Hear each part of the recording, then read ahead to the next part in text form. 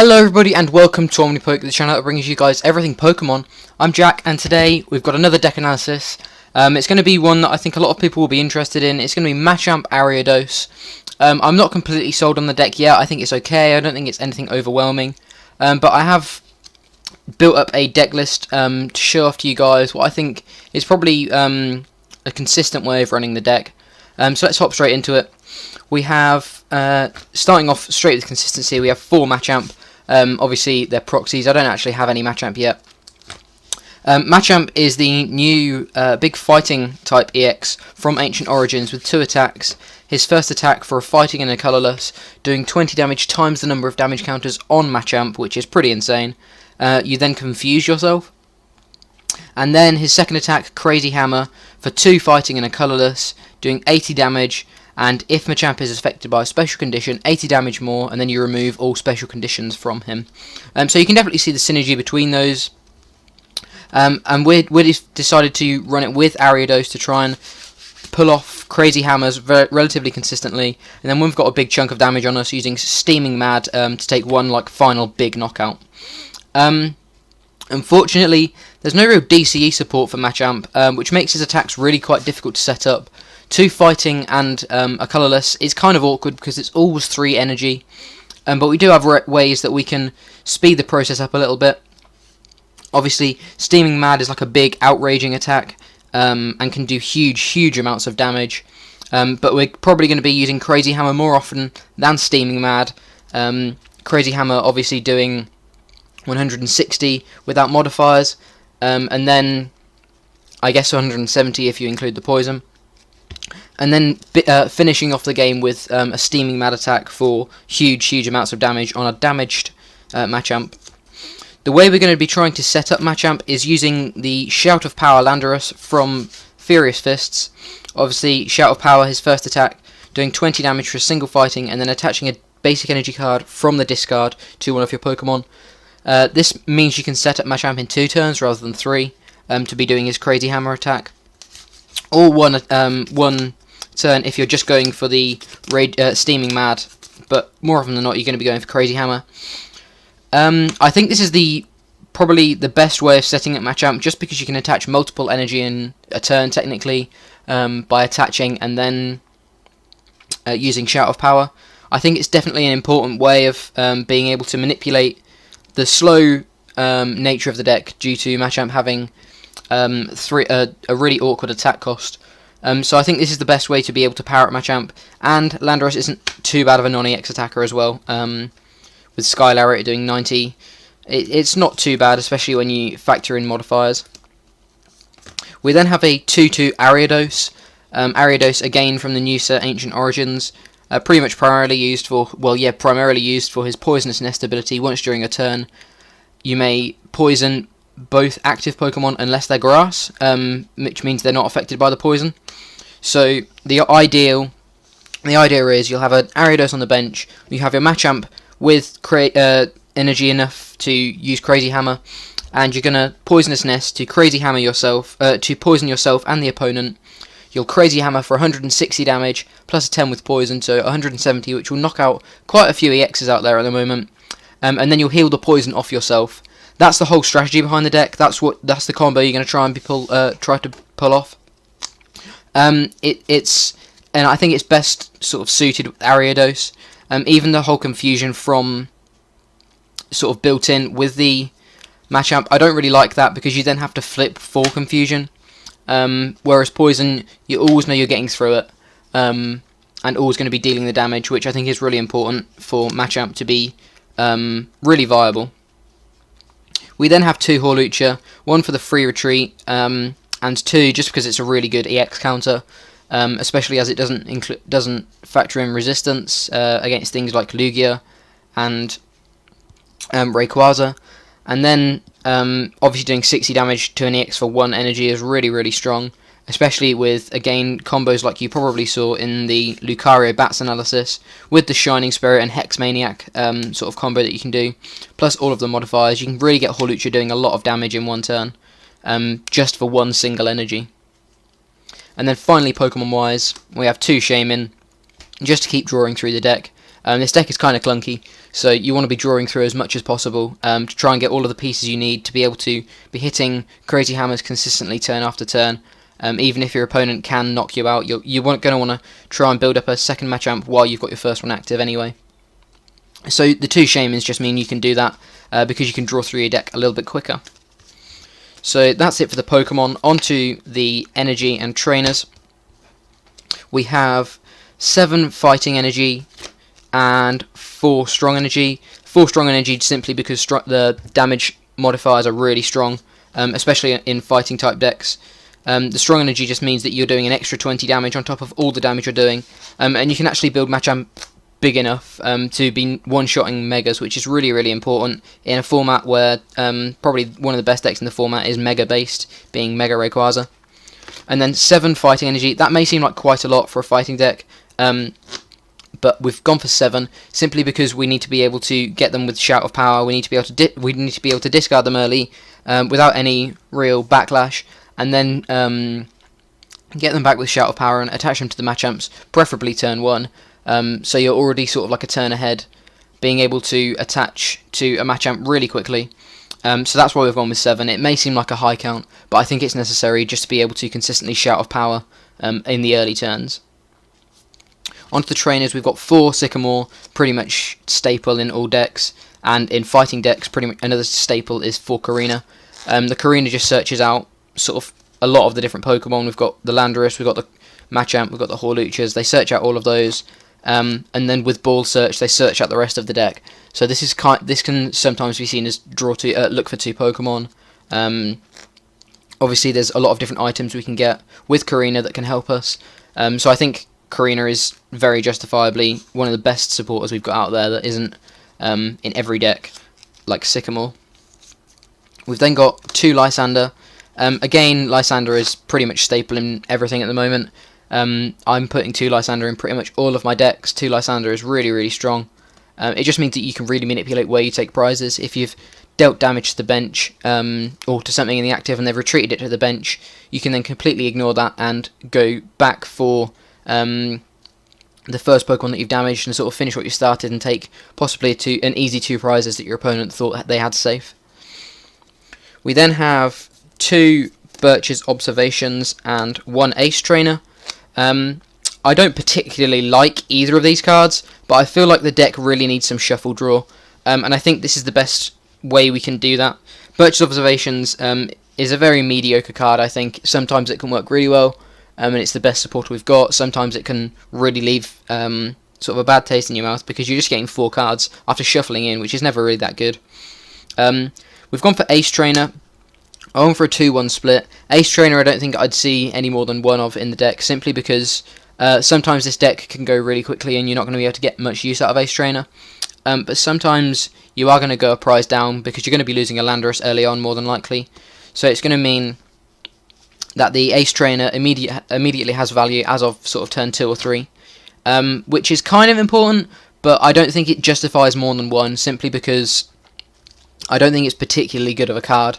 I think it's okay, but I don't think it's amazing, and I don't think it definitely needs more than 1, possibly 2, depending on your opinion on Birch, but I personally prefer Birch to Ace Trainer overall.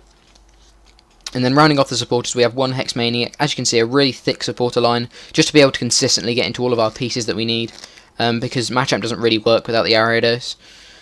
The Hexmaniac not only shuts off things like Aegislash, because we're running strong energy, Aegislash can be really annoying for us, but the Hexmaniac can shut off the Aegislash. It can also shut off things like Vileplume that's item locking us, all of these different things. The only thing you've got to make sure is that you've got to make sure you use your Ariados' ability before Hexmaniacing, things like that. There's just some sort of ordering issues that sometimes you need to think about, but that's pretty much the same in any deck that runs Hexmaniac and Shaymin. You've just got to think about it a little bit more in here, just to make sure you don't rely on being able to Ariados and then Hexmaniacing, and then realising you haven't actually used your Ariados' ability yet, which can be which can leave you in a really awkward spot. Again, Hexmaniac can work really well with Hawlucha, shutting off his ability, meaning that you can factor in weakness at least once during the game if you really want to, meaning that Hawlucha can take 2 prizes for 1 energy, a lot of the time really, really consistently against things like T-Tar, it's really useful to be able to Hex Maniac at the right time and pull off a really big combo with Hawlucha just to sort of do huge amounts of damage for one turn for a one prize basic that's only got one energy attached. We then have 3 VS Seeker. I could definitely go up to 4, maybe cutting a Birch or something like that, going up to 4. The reason why I've dropped it to 3 is item lock is a thing, so they're immediately kind of less useful because you're going to want more supporters rather than items. But depending on how big item lock is, I may go up to 4.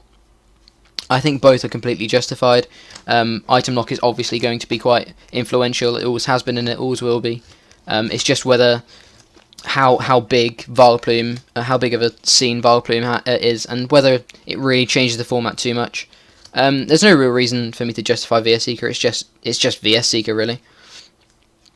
We then have 3 Trainer's Mail.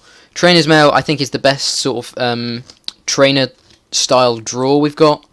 Simply because you can just pseudo search for what you want. There's a lot of trainers in this deck, meaning that you're going to be getting a nice variety of trainers a lot of the time with Trainer's Mail. It also means that you can sort of drop them early on if you're looking for a piece like a Karina or a Sycamore. Perhaps you don't have the right supporter in your hand.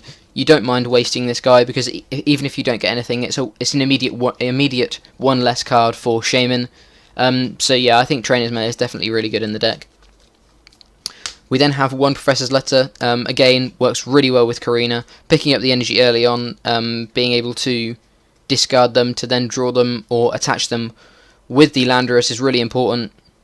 I could possibly go up to 2, but I think 1 is fine just because of the high count we've got anyway. You're probably going to be drawing into them anyway.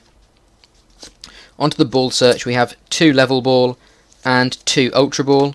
Level Balls are pretty much solely for the Ariados line. That's all they can get, bar Hawluchas, and you've got Karina for Hawlucha, so you're probably going to be aiming for the Ariados line with the 2 Level Ball.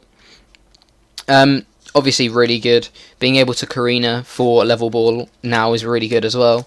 I think Level Ball is just a really good card coming out of the new set. And then Ultra Ball again is really good. Being able to discard your fightings early and get your things like Shamans, it's just super strong because you're immediately going down by a few cards and you're also getting a Shaman to be able to draw even more cards. Ultra Ball is just really good in the deck.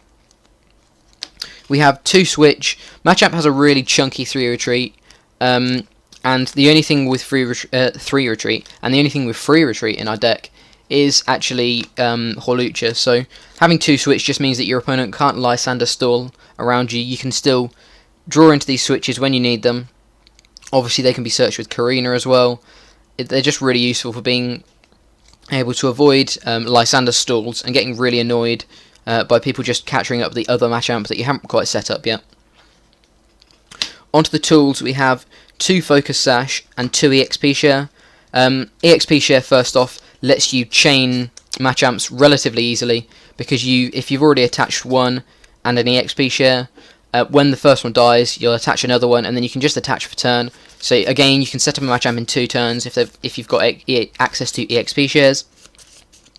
The other thing is EXP share sort of saves your energy count a little bit. So again, you can reliably discard some of your energy if you need to, because you know you're always going to have 1 or 2 energy that are always going to stay on board whilst EXP share is out. And again, if you have a Machamp with 3 energy and there's 2 XP share on the field, you're actually saving 2 of the energy that you would have lost in losing the Machamp. Focus Sash is, again, another really interesting card against things like Mega Rayquaza and pretty much any Psychic type that can knock out Machamp. It just means that the Focus Sash can build up a huge Steaming Mad attack if you attach the Focus Sash and have a Machamp active, and your opponent hits you with the Emerald Break from Mega Rayquaza. You can then respond with a huge Steaming Mad attack, pretty much always knocking them out unless they've got a way of being able to knock you out. Another really good card for being able to sort of finish the game out. And I think it's really important because Machamp can get one shot quite easily, so I think the 2 Focus Sash is really important, especially if you're going the more proactive and aggressive strategy. If you're going the more conservative, I feel like the EXP shares are probably going to stay on the bench and you're just maybe going to have a Focus Sash on the active. But with a more aggressive style, you could definitely go with more Focus Sashes just avoiding knockouts or avoiding being knocked out by things like Mega Ray. The final tool is we've got one head ringer. Again, I pretty much run one head ringer in anything that I run Karina in, just because it's really annoying for certain decks, and it can put decks 1 or 2 turns behind right from the get-go. If you see your opponent has an EX and they haven't attached a tool to it, and there's nothing you really need from the Karina, the first target you're going to go for is head ringer, just to stall them for another turn, possibly make them search out for a different attacker or a way of being able to get rid of the tool, either Zerosic or Tool Retriever, something like that, which is really, really important. I think Head Ringer is just a really, really nice sort of trolley card that you can run as a one-of in Karina and still consistently be able to annoy your opponents with it. And then finally we have 2 Fighting Stadium. Fighting Stadium is the only stadium we run in here. You don't really need a stadium in here. The Fighting Stadium is simply to be able to just boost our damage. There are ways of being able to build up a Machamp so it can one-shot a Mega Ray with things like Strong Energy and Fighting Stadium. It's not too consistent, it doesn't always happen, but we just have access to the Fighting Stadiums. We can also Stadium Bounce against things like Mega Ray when you can see they're going to have a really big turn next turn. Perhaps they're going to take they're guaranteed to take the knockout. You can then force them to find another Skyfield and another few Pokemon, which can be really, really annoying for the Mega Ray player, especially if they've expended a lot of resources getting to the board position they're already in. It just means that you then force them to be able to find other pieces that perhaps they hadn't first anticipated in finding. But yeah, that's the deck analysis. I'm not too sold on the deck so far. I kind of like it. I'm definitely going to be playing it online, just because I think it's fun. I don't know how competitive it's going to be, but I know a lot of people have been asking for it, and I think the deck is semi-compatible at least. I think the strategy is there. It's just whether you can consistently be able to pull off this strategy with the Machamp. But if you can, I think you've probably got a really decent deck going for you just because of all the fighting support that Machamp has. I think it's a really interesting deck concept. I personally prefer Lucario Bats. I feel is a little bit more consistent. But I'm definitely going to give this a try online. Perhaps do some battle videos with it. Just seeing how consistent I can get some of these really crazy Steaming Mad and Crazy Hammer attacks going. And seeing how quickly I can be able to take 6 knockouts or 6 prizes with these huge damage attacks. But yeah, other than that, I don't have very much else to say, so thank you very much for watching. I've been Jack from OmniPoke, and I will see you in another video.